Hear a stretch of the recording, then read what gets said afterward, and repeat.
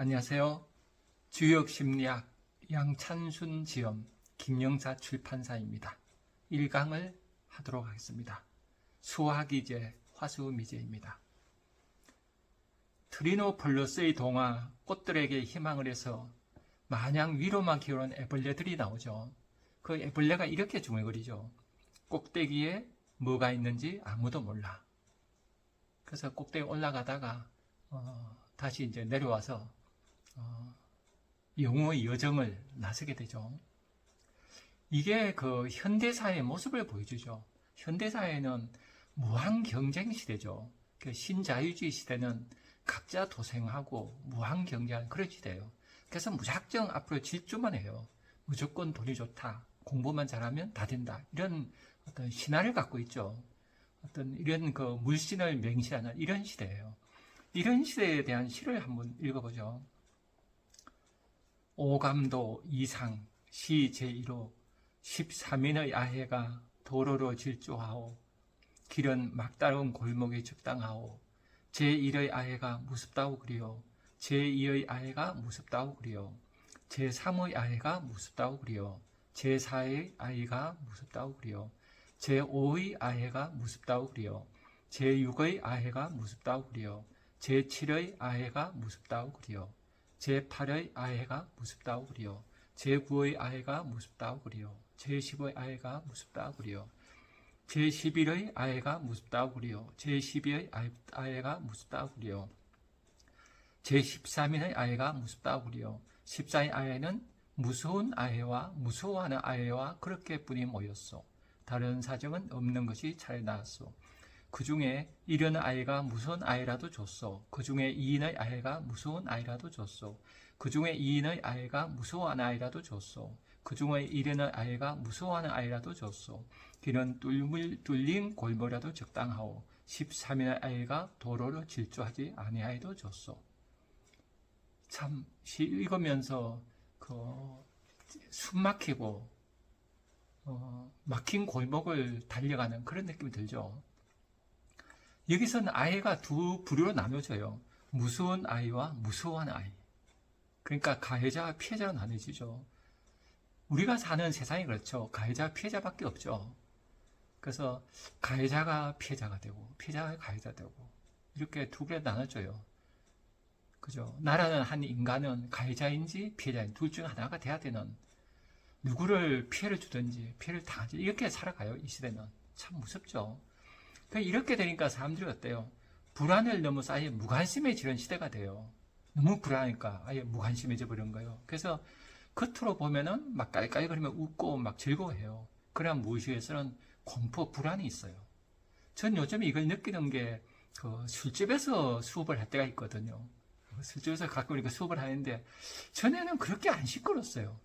근데 최근 작년부터 정도는 술집에서 수업하면 그렇게 시끄러워요. 그래서 사람들이 막 이렇게 나쁘게 얘기하면 악을 쓴다는 느낌 들어요. 대화가 아니라 악을 쓴 느낌. 왜 그래요? 너무 힘드니까 비명 지른 거죠. 그래서 이 시대는 참 불안한 시대예요. 그래서 무작정 위로 올라와서 꼭대기에 가면 된다 이런 시대가 있어요. 애벌레하고 똑같죠. 그래서 계속 위로 올라가려고 그래요. 이렇게 된 이유가 이제 불안 때문에 그러죠. 언제 추락할지 몰라요. 우리가 중산층 그러면은 좀 안정되게 살아야 되는데 중산 정도 언제 그냥 극빈자가 될지 모르죠. 그래서 이런 불안 속에 살아서 사람들이 가해자, 피해자가 될 수밖에 없는 이런 세상이에요. 그래서 오로지 뭔가 성취해야 되고 막 성취해야 되는 느낌이 들죠. 성공해야 되는 느낌이 들고 그죠? 그냥 가만히 있지 못해요. 그래서 이런 세상에 어떻게 살아야 할까? 이 주역에서 지혜를 찾아보도록 하죠. 이 책에서는 처음에 63번째 개하고 64번째 마지막 개를 먼저 이렇게 놓고 얘기를 해요. 그 이유는 아마 세상을 보여주기 위해서 그런 것 같아요. 63번째 수화기제를 보죠. 수화기제. 수는 물이죠. 물이 위에 있고 불이 아래에 있어요. 물이 위에 있고 불이 아래에 있으면 기제 다 잘 이루어진 거예요. 기제. 기가 이제 임이죠. 임이 다 이루어지는 기성 그런 뜻이죠. 그래서 다 이루어졌다는 뜻이에요. 그러니까 왜 그런가 하면 우리 사람 몸을 보면 그렇죠. 머리가 물이 있어야 돼요. 차가워야 돼요. 뇌수는 차갑게 있어야 되죠. 그리고 발은 따뜻해야 돼요. 그래서 발에 따뜻한 기운이 위로 올라가고 머리에 차가운 기운이 아래로 내려가고 이렇게 순환을 잘하죠. 이게 잘 이루어진 상태예요. 그래서 이거를 수화기제란 쓰죠. 그래서 다 이루어졌다. 이제 그렇게 보는 거예요. 그러면 이 개가 우리에게 가르쳐주는 가르침은 뭘까요? 우리에게 주는 가르침은 다 이루어졌을 때 조심하라는 거예요. 성취의 순간이 가장 위태롭다. 삶은 끊임없이 흐름과 변화 속에 있다. 이걸 우리한테 가르쳐줘요. 우리는 세상 살면서 이렇게 고정되어 있다는 착각을 해요.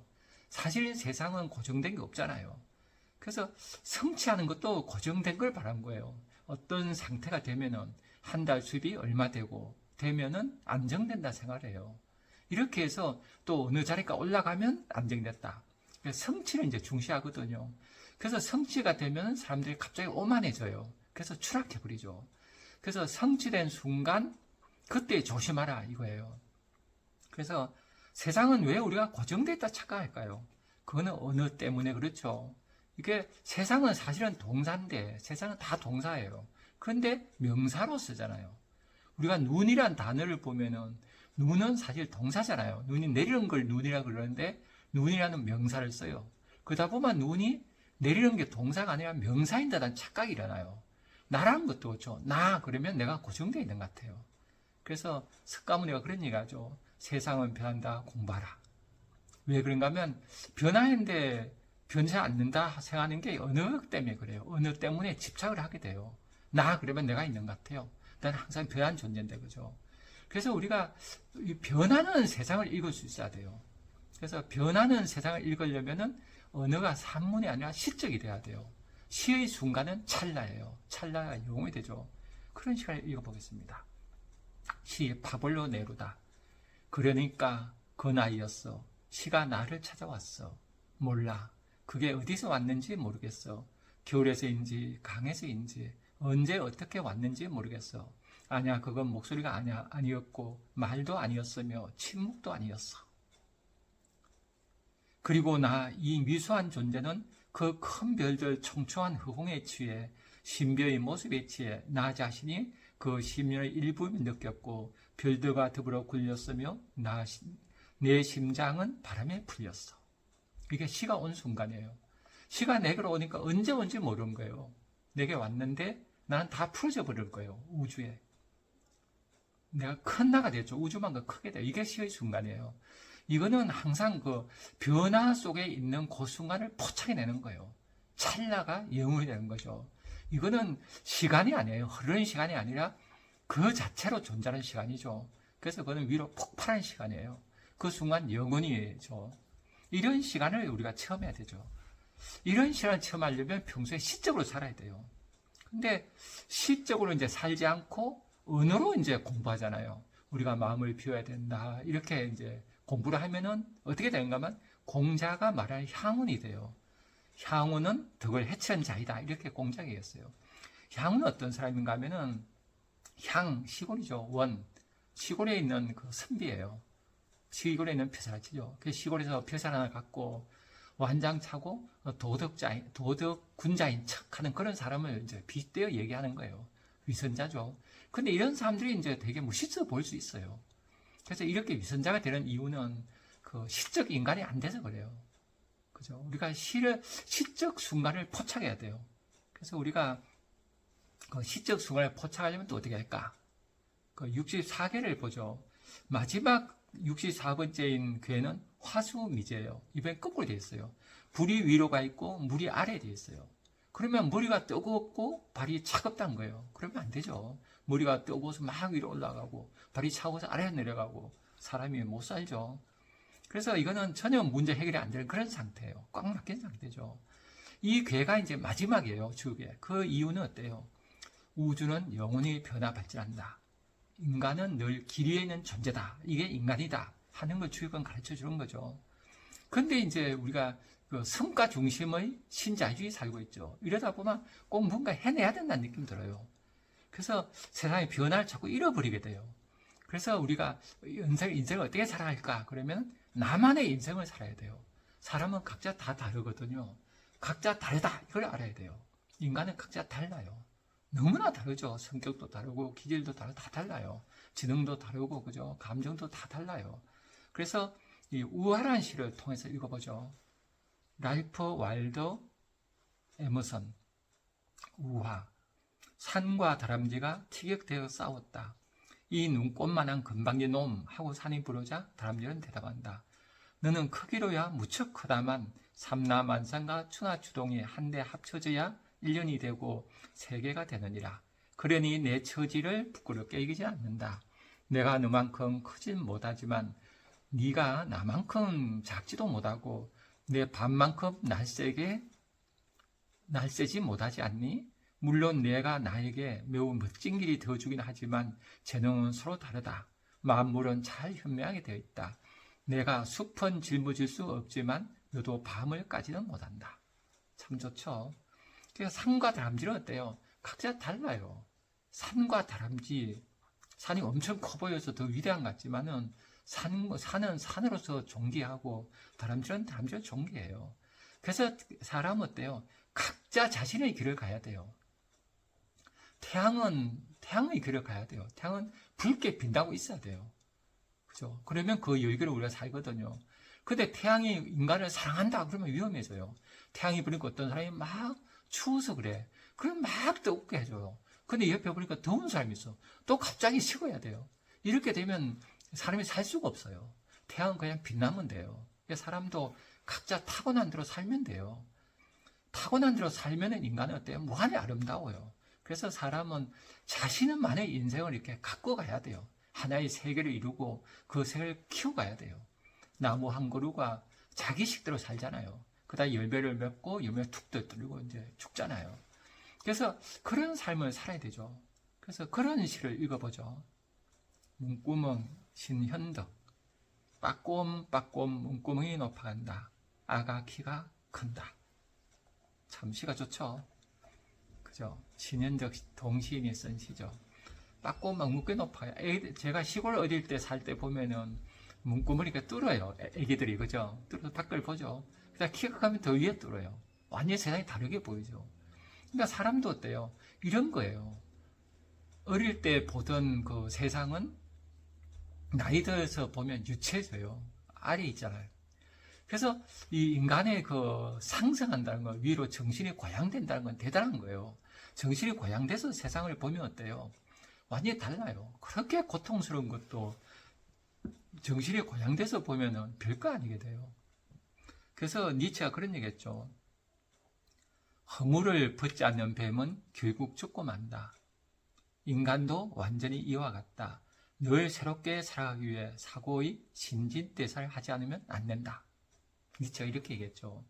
그러니까 사람은 그 호모사피엔스잖아요. 생각을 하잖아요. 그래서 낮은 차원의 생각을 하면 고통스러운데 차원이 올라가면 고통스럽지 않고 새로운 세계가 열려요. 이렇게 해서 계속 자기를 바꿔가야 돼요. 그러니까 인간 사회는 계속 바뀌잖아요. 동물 세계는 안 바뀌니까 본능을 살면 돼요. 근데 인간은 사회 문화를 이루고 있잖아요. 그래서 계속 인간도 변해야 돼요. 변치 않으면 이제 몰락하게 되죠. 그래서 그런 사례를 한번 보죠. 원시인들 같은 경우는 그 곰이 가장 무서웠다 그래요. 그죠? 곰이 되게 센 동물이잖아요.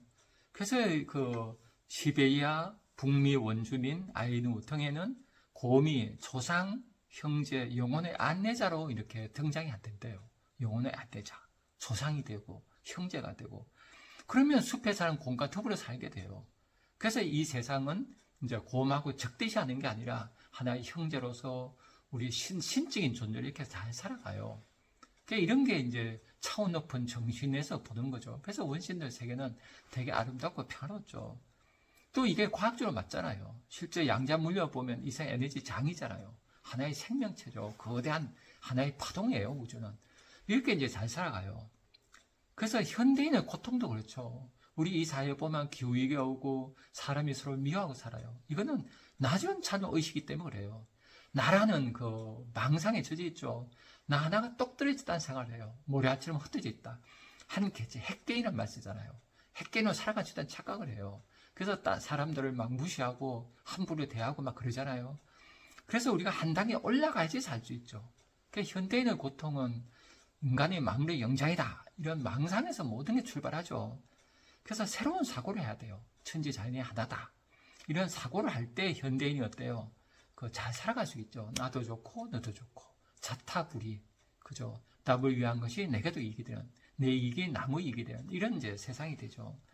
그렇게 살려고 하면 우리는 어떻게 살아야 돼요? 나란 걸 고정되게 보지 말아야 돼요. 나는 이런 사람 그러면 안 돼요. 무한히 변화 속에 있는데 주역에서, 그죠? 모든 게 아직까지 이루어지지 않은 거예요. 화수미제죠. 위에 불이 있고, 그죠? 이걸 끝나요. 계속 변화된다는 걸 이제 주역은 가르쳐 주죠. 그래서 푸코가 이런 얘기 했어요. 내가 누구인지 묻지 마시오. 우리는 자신의 정체성을 고정시키지 말고 계속 변화시켜야 한다. 이런 가르침을 주죠. 푸코가 내가 누군지 묻지 마시오. 그래요. 그래서 우리는 어떻게 하면 이렇게 나를 변화시켜 갈까요? 답을 밖에서 구하면 안 되죠. 그래서 내 안에 올라온 희열로 살아야 돼요. 내 안에 소소한 기쁨으로 살아가면 내 길이 열려요. 태양도, 그죠? 왜 저렇게 빛나겠어요? 얼마나 신나겠어요. 막 뜨거운 에너지로 살아가잖아요. 그 모든 이 생은 태양의 후손이에요. 뜨겁게 살아가야 되죠. 그러면 나도 좋고 너도 좋은 이런 세상이 열려가죠. 이거의 주역이 갖추는 가르침입니다. 또 다음 시간에 뵙겠습니다. 감사합니다.